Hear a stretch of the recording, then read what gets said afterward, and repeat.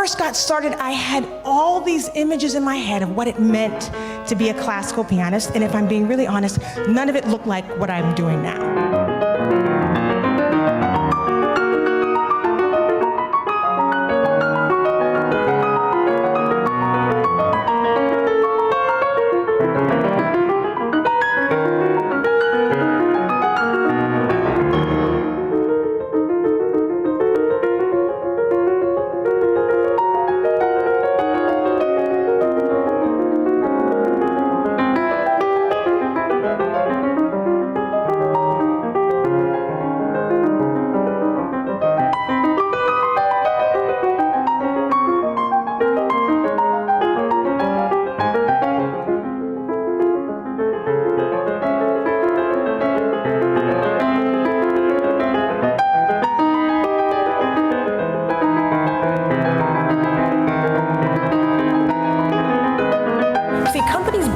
Because they want their people to know that they care about them way beyond the bottom line.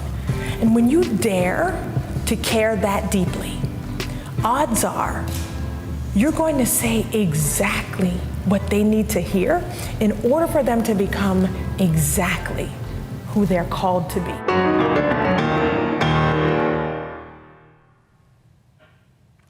Hey Movable, Jade Simmons here, and I cannot tell you how excited I am to be with you for such a time as this. I know the sparkle and the excitement may seem at odds with the times that we're in, but I happen to believe that in every dark era where there are challenges, there are exciting opportunities, and it really thrills me to be able to come before an audience like you because I don't have to lay a groundwork for how important it is to create experiences that are going to alter people's lives, that you know, I don't have to convince you, that we have the privilege, the honor to tell stories, create visual experiences, memorable content that has the possibility of helping people get to where they need to be. So I'm excited today to tell you what it looks like now to move more like a maverick when it comes to telling the stories and experiences we need to tell in order to help people get where they want to be. First thing you're going to have to do to begin to tell stories and create content now and create visual experiences that mean more to more people, you're going to have to first redefine your own story. Now, while this moment, the reason I feel this moment is so important, this moment in time, this era, I want to paint this picture for you. You have to understand where people are right now. I believe we are a nation especially, and a world as well, that is in the midst of decision fatigue. All of the narratives we have right now are being forced upon us, and we are being forced to choose. So we live in a time right now where everything is an or narrative. Black or white, red or blue, right or wrong. And what I believe is in just a few weeks' time, that's why you're going to have to get in position, in just a few weeks, people are going to be ready to have more and narratives given to them. And what I mean is they're not going to want to have to choose between something. They're going to want it all. And they're going to now be looking for themselves in the visual experiences that they see. They're going to be listening for their voices in the oral and audio experiences that they hear. And they're going to want to touch something that feels at least remotely familiar to them. The first thing you're going to have to do as the chief creator of this content, as the curator of these visual experiences, is you're going to have to change your own story first. I had a very specific narrative that I grew up with, which was that I wanted to be a classical concert pianist. That was it. That was all. I was going to play Rachmaninoff, Beethoven, Mozart. My life would sound like this. Here's Mozart.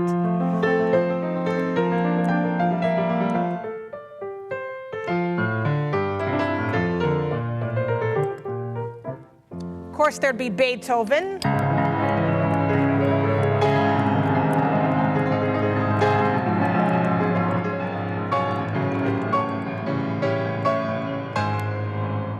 That's what my life was going to sound like. And so you can imagine that even as a young student, which for me, I started piano at a very late age, at the very old age of 8 years old in the world of classical music, which is practically over the hill.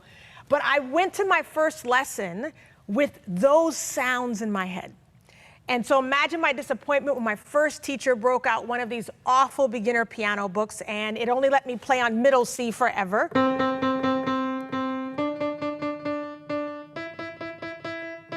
That wasn't going to work. I took the whole book home, learned all the music, brought it back to him. His name was Dr. Wise at the time.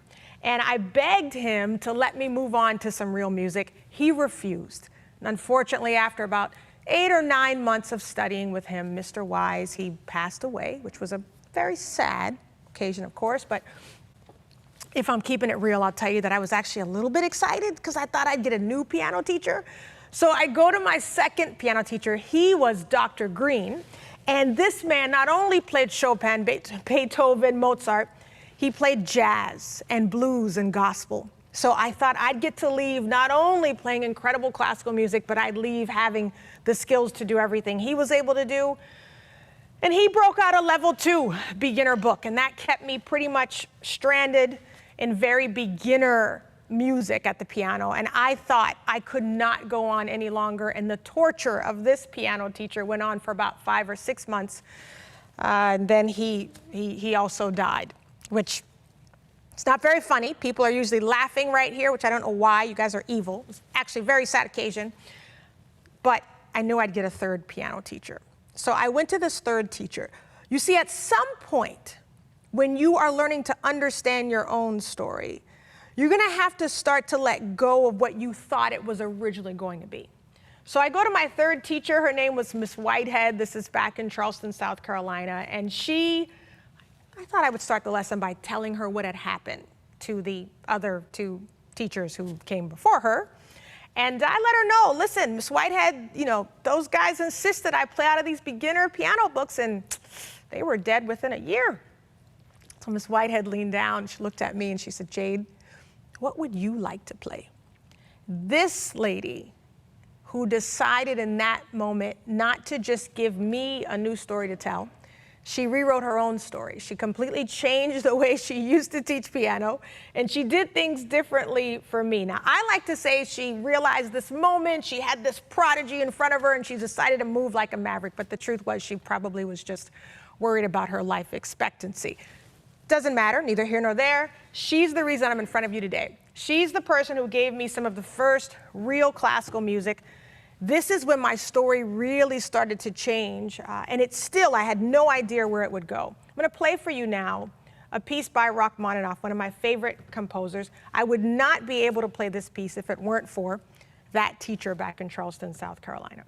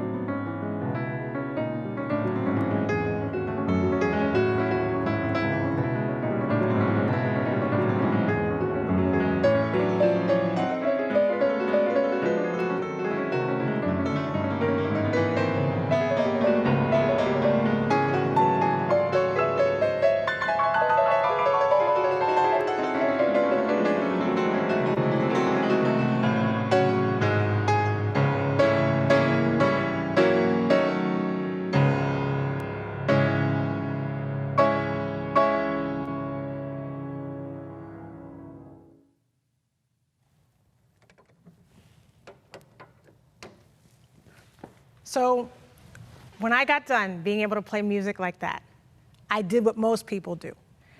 I decided in stone this was what I was going to do for the rest of my life, and my purpose suddenly became to play the piano. And I don't know if you know what it's like to be in an oversaturated industry with lots of people doing what you do, offering the same experience that you have, extremely competitive industry, but that's what the world of classical music was like. And so I had bought into all the stuff they tell you, right? That if you just practice, it'll make you perfect, that the cream will rise to the top, but nobody tells you what to do when everybody around you is the cream. And so I did what I knew how to do, what most musicians do, which is we compete. And in my industry, there were three main demographics. So on this side, you had these adorable little child prodigies, really annoying because they were 5 or 6 years old, but they played the same music you just heard me play. Then on this side were these old guys. I mean, like 200 years old, still playing all the Beethoven sonatas, and they won't just die and get off the stage. And then in the middle there is me, African-American, female, classical concert pianist. Sometimes I would come out to halls just like this one, and I'd be the only person in the room that looked like me or was in the same age bracket as I was. I didn't notice that so much at first. Because see, when you're caught up in the story that you want to tell, sometimes you forget there's an audience absorbing that story. So my focus was just to play the piano to the point of impressing the audience beyond belief. And I did that for about 2 years, and it was really tiring. You see, if all you're doing is creating experiences that are impressive, you're missing a huge part of the equation, because a lot of people can create impressive experiences. It's a very rare few, though, that are able to create experiences that go from impressing all the way to impacting.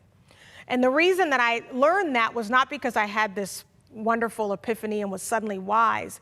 It was because I was playing these concerts, sweating through these gowns. I call them samurai recitals. And I'd get done playing, and I'd be tired. So the way I would get through the concerts is I started telling stories in between the music.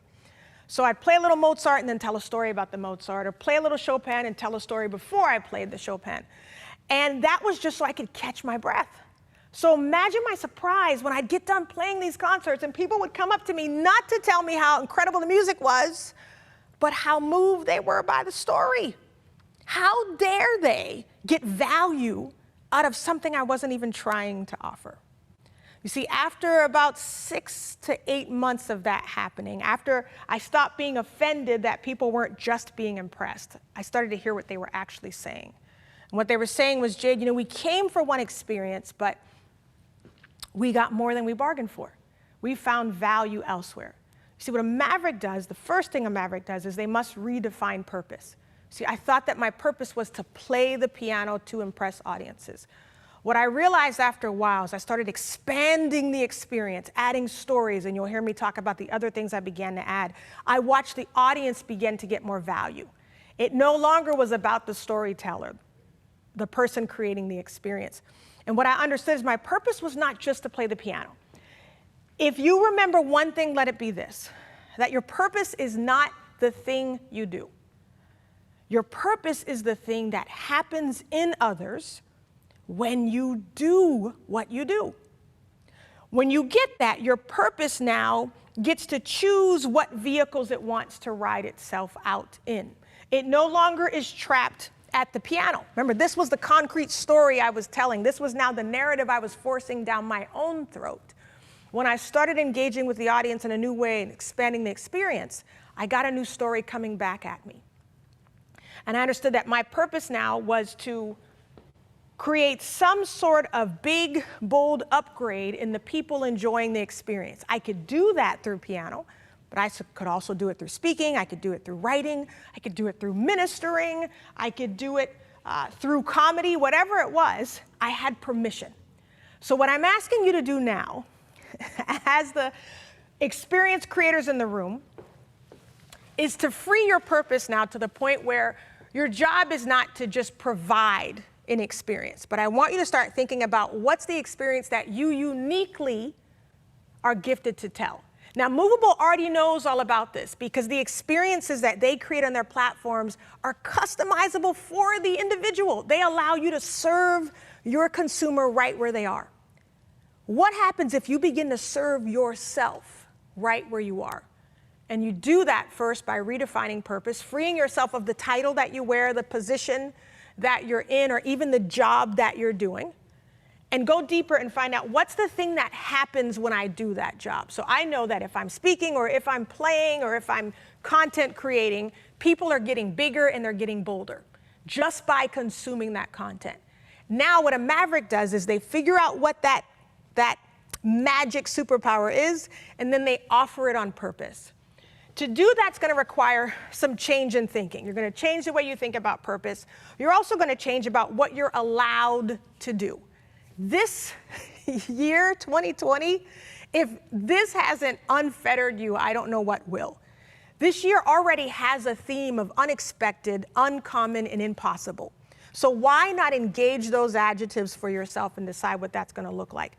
When you begin to introduce change, you're always going to start with something familiar. In the world of classical music, this is one of the most familiar pieces you can play. I don't even have to tell you the name.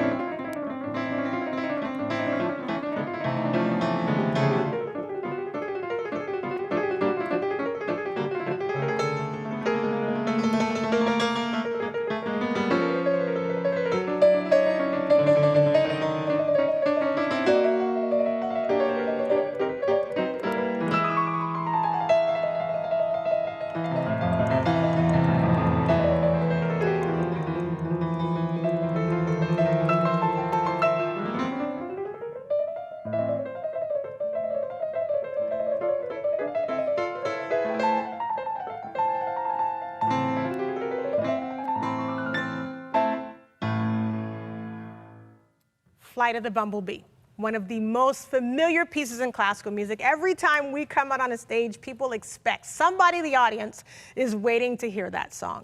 As a classical musician, of course, I knew I needed in some ways to meet people's expectations, to play what they were expecting. But at some point, no matter where your stage is and no matter who your audience is, you're going to have to start asking the question, what else can I give people that they're not expecting? When you lay down an experience of trust, which is what you've done simply by using the Movable platform, your consumers, your clients know what they're going to get. The level of trust is there. They already know they can get more than what's offered in other places. But now you, as the individual experience creator, get to decide what's the unique way that you offer visual to people. Because you've laid down that foundation of trust, like Flight of the Bumblebee for me, when you've done that and you as the leader are showing your audiences that you're not just caring about your legacy as the storyteller, but that you're carrying down through to the legacy of the people who are receiving your stories, down through to the life-altering experiences of the people who are receiving your content, it gives you the permission to begin to jazz things up just a little bit.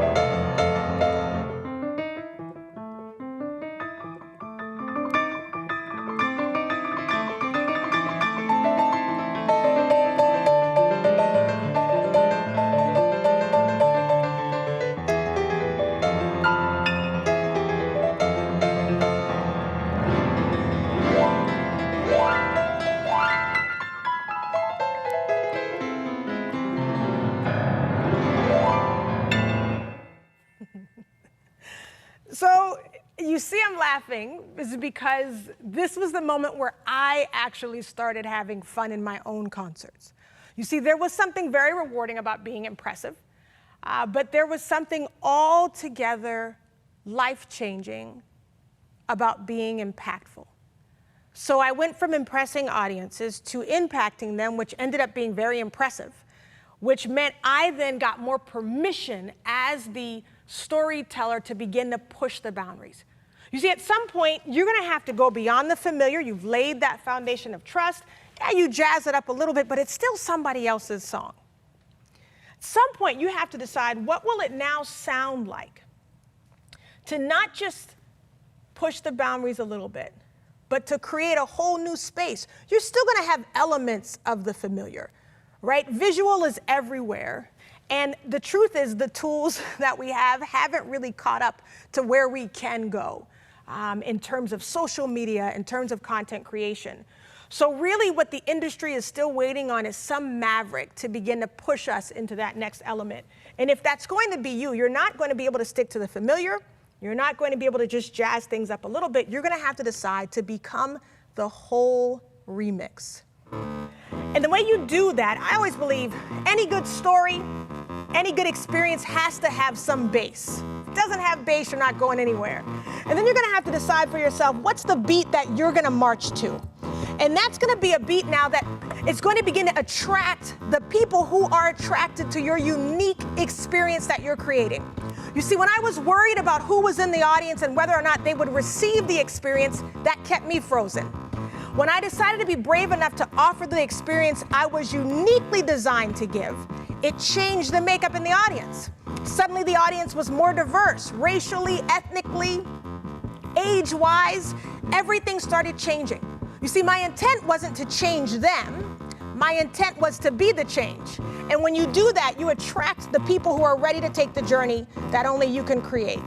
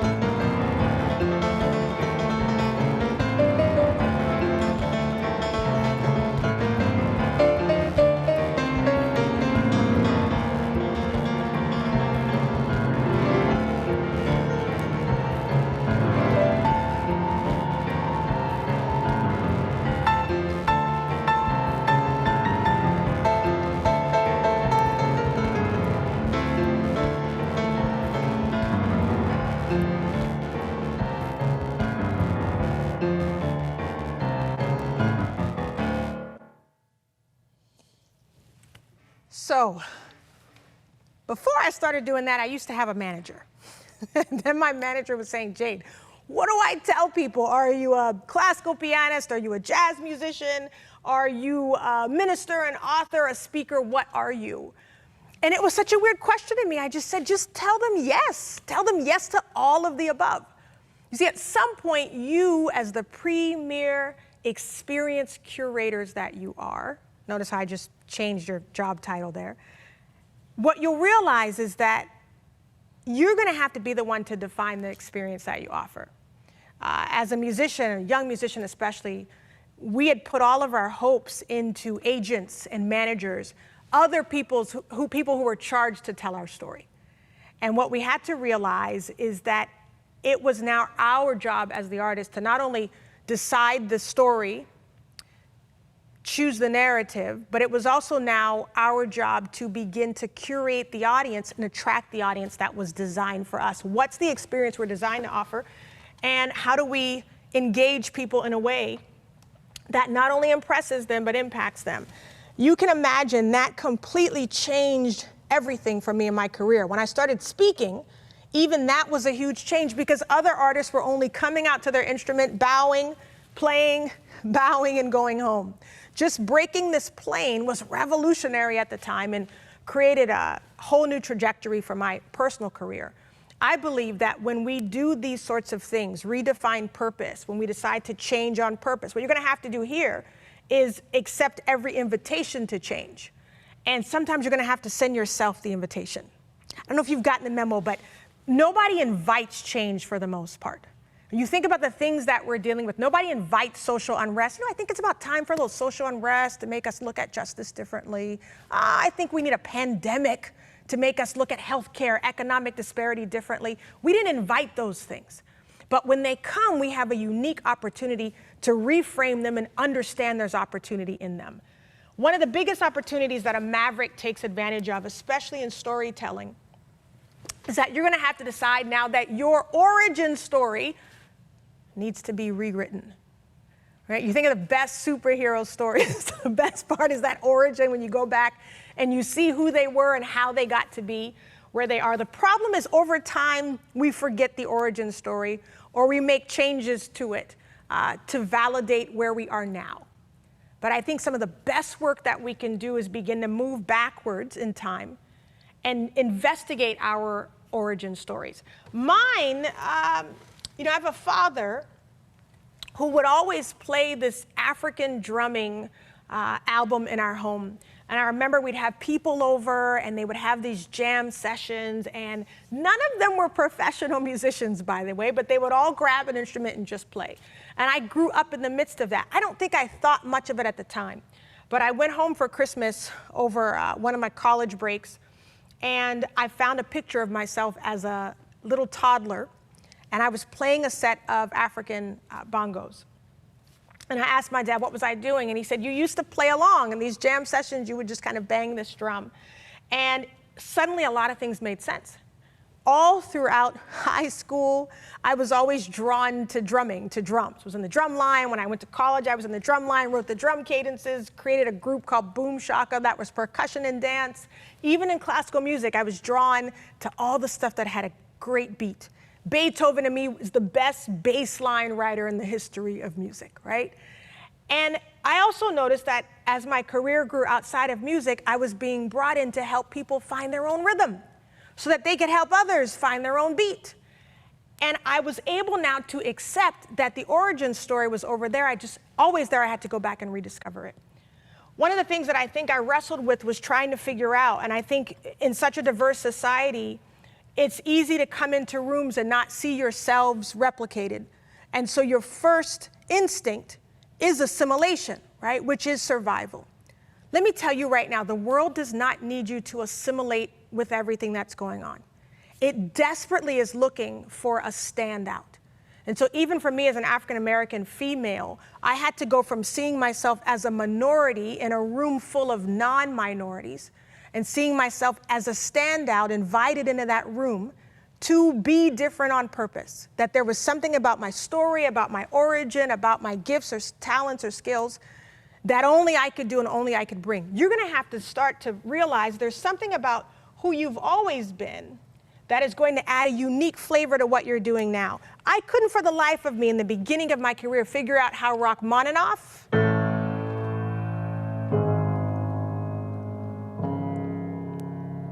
matched with who I'd always been. It's gonna take some bravery and some courage to decide to blend where you are now with who you've always been and figure out what does it look now going into the future and how does it benefit everybody else.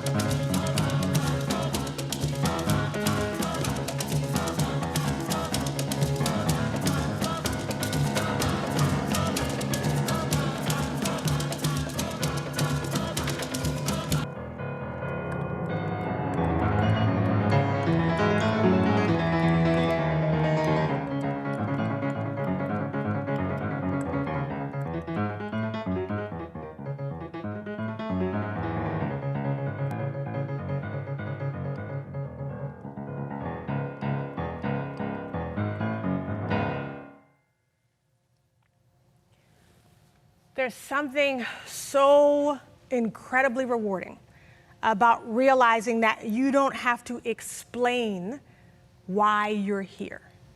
That there's a unique story you're supposed to tell, a unique experience that you are destined to create. And simply by telling the story of who you are, you end up creating stories that are powerful enough to move people to find their own stories within the stories, the visuals, the creatives that you're creating. That to me was probably one of the most freeing moments of my own career, to realize that I didn't have to make things meld together. I simply had to bring all of myself. This is cue for you, Maverick. It's time now for you to bring all of yourself to every single table, every single time. In order to do that, there's one less challenge that I'll give you, and I think it'll be the thing that opens everything up for you. To date now, in 2020, not much of us have been given a timeline for how to weather the storm that this year has been. And you can imagine that your consumers, your clients, they're not really working, at least not on the timeline they planned. So since we're already wired now for the unexpected, it gives you permission to really put the unexpected in the experiences that you're offering. When you're customizing, I can tell you, remember I said earlier that people are tired of making decisions. And so what they want are choices, but not choices that have been forced upon them. They don't want either, they want or, they really want and. So your job now is to create as much variety and selection so that people can begin piece by piece to feel like they're regaining control over their lives. Whether it's choosing colors, choosing backgrounds. I mean, I would love to see statistics for how many people now are really choosing the backgrounds in their video meetings. I bet that number has gone up. People want to escape. And so when I find that people are wanting to escape, my job as an experienced creator is to give them some place to land. So the question you want to ask yourself now is, where do people need to land in order to do what they have to do, be who they are, or become who they need to be, right? To not just survive, but to thrive in the environments that they're in. If you can find a way to give people a visual experience that doesn't just stimulate them, but motivates them, that doesn't just inspire them, but instigates them, ignites them in a powerful way, you're going to be heads above everybody else. Before you can do that, you're going to have to push yourself outside of even the new comfort zones you found in this time of dynamic change. And the way you do that, my last tip for you is to find an arbitrary date to evolve. I mean, just throw a dart at a calendar and say that by this date, I'm going to be the next version, the biggest, maybe not the biggest, the next biggest version of myself. I had a date like that, and because of that date, I now set arbitrary dates to evolve. My date was March 14th, I think it was a Friday, 2014 at 7:30 p.m. Central Standard Time. It was when I made my debut at the South by Southwest Festival.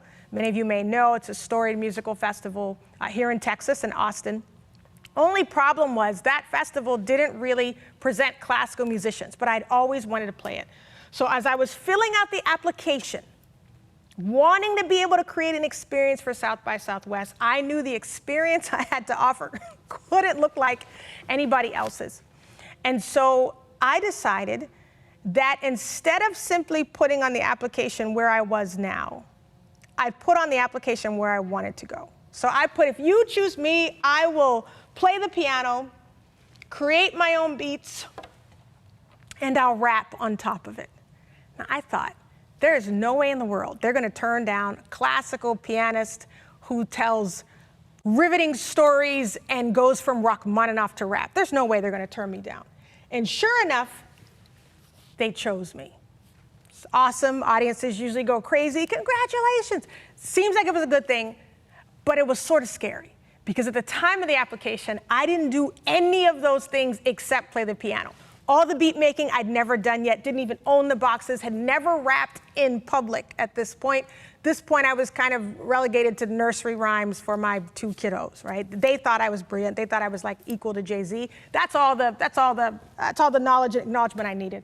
So this was the goal now. I got accepted March 14th. I had to suddenly become the classical pianist, beat-making rapper artist.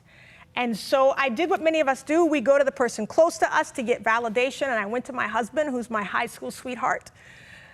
I know, you're like, oh, that's so sweet. Been together since we were 15, but just wait till I tell you what he said. I said, so sweetie, listen, I got accepted to South by Southwest. He said, that's awesome. I said, I'm gonna be playing the piano, I'm gonna be making beats, and I'm gonna rap.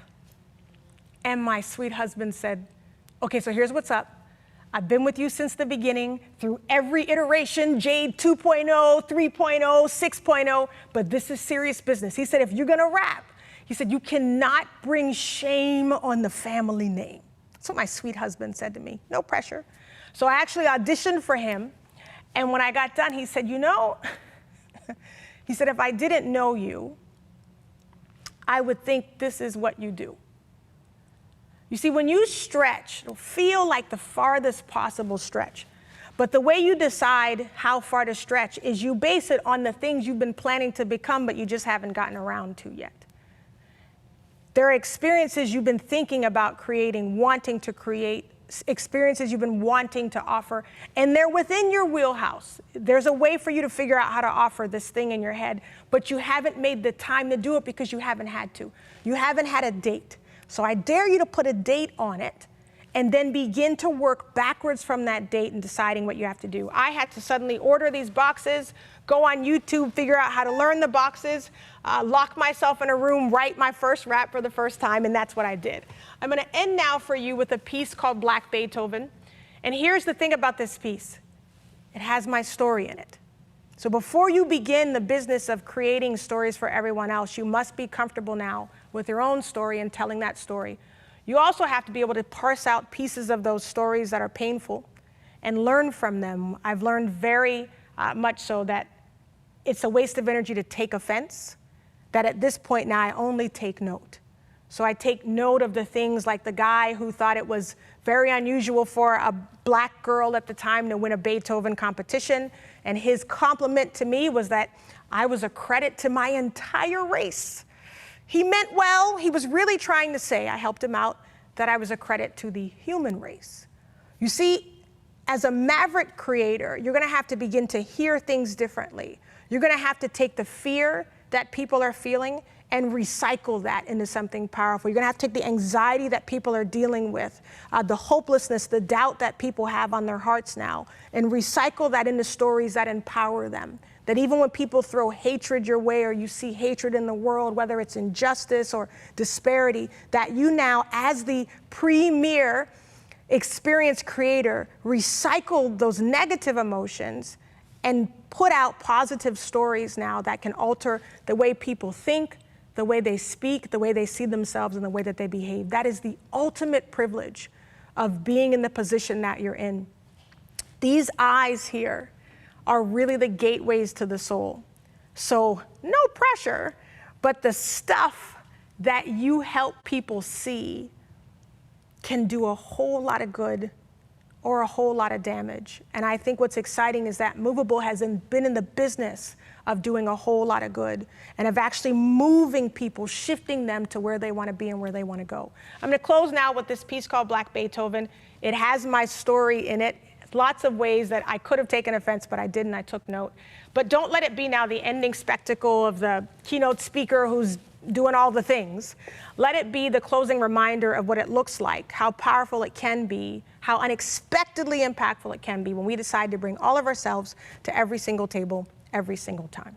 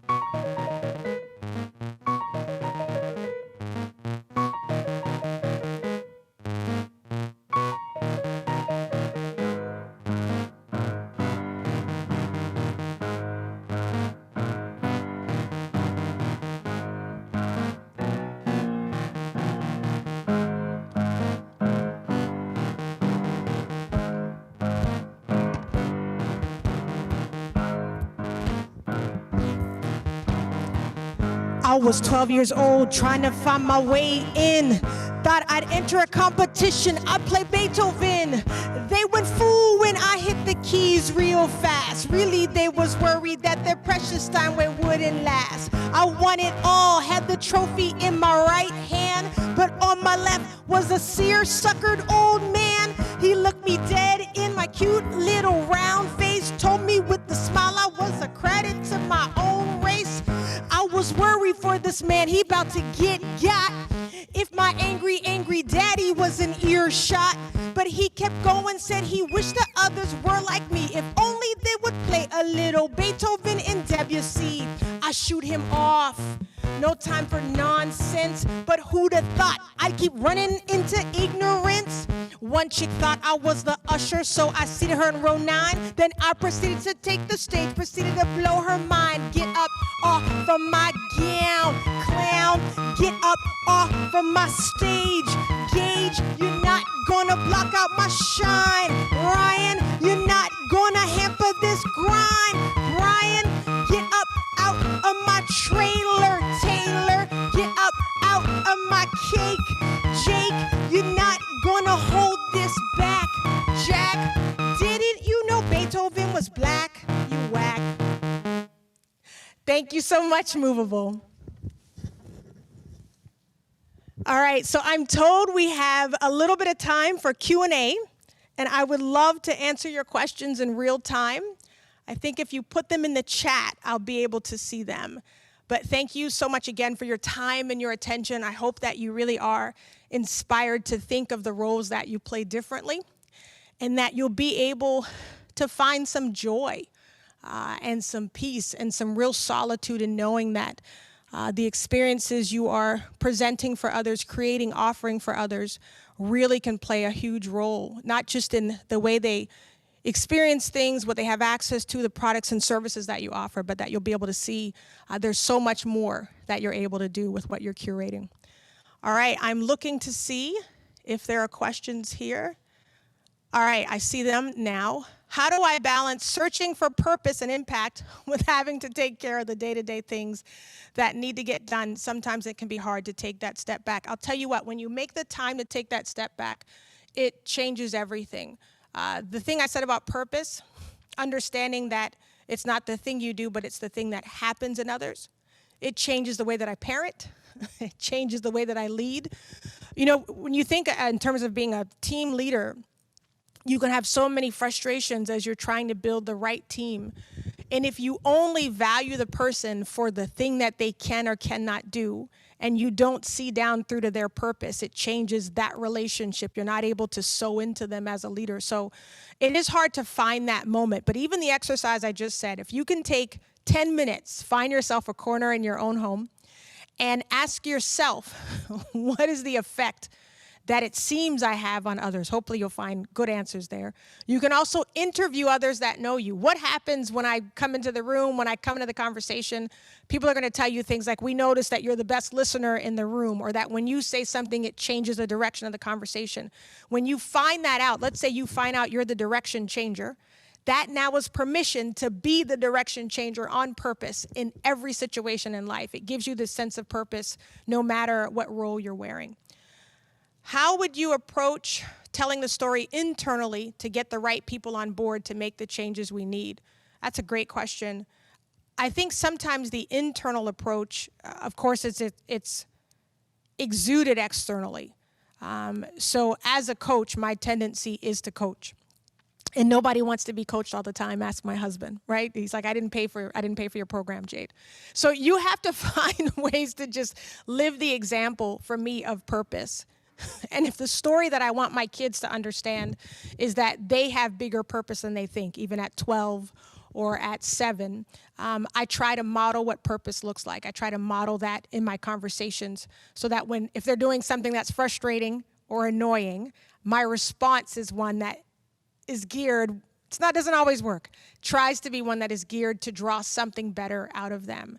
I think that internal story has to be understood first, Ariel. I think we have to know what our story is, which is why I recommend going back and really looking at that kernel in your origin, because you're going to find some through threads, and that's one of the most exciting things, is to find out you haven't been doing things accidentally. Those weren't detours you took. They were, I call them divinely guided direction that were keeping you on the right on-ramps. I think sometimes we chase yes all the time, and we don't know to be worried about the devastation of the wrong yes. And so I believe doing that internal work and understanding your story helps you know what to say yes to from here on out. Where do I go to fuel my own creativity on a regular basis? I actually look for the most, the quietest place possible. I don't go to a piano. I don't go to make music. I usually go to sit and be still. I've recently tried to be more consistent with journaling, and it's not because I enjoy the process of writing it in real time. What I notice I need when I'm in stressful periods that have a lot of requirements, making a lot of decisions, is I can go back to that journal and find validation for the moves that I'm currently making. So I use it to look for confirmation that I'm actually headed in the right direction. So taking that quiet time out, my family will tell you, especially earlier as I was building my business, I would take weekends away right around the corner at a hotel that was close by, and I'd stay there for 24, 48 hours.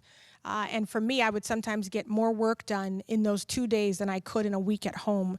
So really finding that space for yourself, to hear yourself is really important. All right, let me find some that are not. Okay. You talked a lot about building your purpose, but that can feel like such a daunting undertaking. What are some small steps we can take forwards towards finding and building on our purpose? And what if your purpose doesn't align with what you're passionate about or brings you joy? I don't think it's ever possible. It's never possible for your purpose not to align. The only thing that's possible is for you to be out of alignment with purpose. So if you're doing something that doesn't bring you joy or bring you passion, you have to ask first. It's not, people will say, am I in the right job? Am I in the right marriage? Am I in the right friendship? Which is really the wrong question.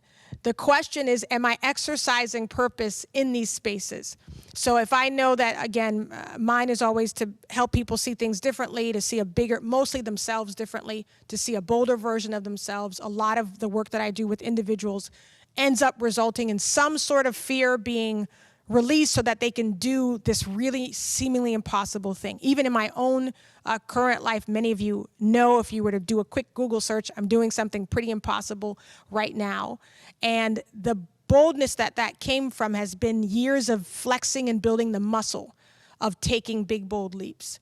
And so it really is, it's funny you mentioned small steps, it really is this muscle that you have to build. But the question is not, am I doing the right job? Am I in the right relationship? The question is, am I exercising purpose in that relationship?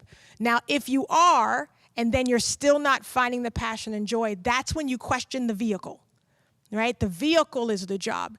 Does the position have enough space for you to maneuver? And so for me, I outgrew the label of classical concert pianist. If I were still doing that, only that today, I would be about 30% fulfilled, because I've discovered that speaking, that writing are huge elements for me of operating in purpose. If I'm not doing those things, or if I'm only playing Chopin, whom I love, but I'm not mixing things up, I'm not feeding myself, but I'm also not serving the unique audience that is coming for a concert adventure and not just a classical music recital. So usually when we get to the point of feeling passionless and joyless, it's because we've left purpose behind and or we're operating in a box that is too small. So the fun thing about purpose is you get to pick it up and take it wherever it needs to go, which is, it's one of the most freeing realizations to have. All right, it looks like that may be the last of the questions. One more. I see your attitude and approach is impressive and a breath of fresh air. Thank you. How do you remain optimistic through all of the change and unrest? Wow. One of the things that I'm involved in now, I would say, has me in a position that I've never been in before. I'm coming to you today as an inspirational speaker, right? So you're literally bringing me in to make you feel good. I'm not talking about anything controversial, I'm not stepping on any toes. But the area that I'm operating in now, which is the world of politics, you can imagine all of that has changed. So everything that I say people don't agree with. Everything I say doesn't make everybody feel good. And if you're not careful, it'll make you question, did I make the right move? Well, broken record here, go back to purpose. If my purpose is to help people see things differently, to broaden perspective, to provide creative, uncommon solutions, then I get to do that wherever the heck I want to do it. It doesn't mean the response will always be the same. So if you don't have that origin story of knowing that you're born to disrupt, especially systems that aren't working, then it's going to cause you not to leap into areas that need you or need your impact or need your disruption. And so the reason I'm able to remain optimistic is because I know that I'm doing exactly what I'm supposed to be doing, and I can release the outcome. Right? You don't have to win all of the races or win over all the audience members. You just have to stay on point in terms of operating in the way that you were built to operate. The rest of you movable mavericks out there, I hope that you've been inspired today to move uncommonly, to create experiences that people don't even know yet they need and want. And I hope that when you do that, not only do you bring them great joy, but that you receive great joy as well. Thank you so much for having me.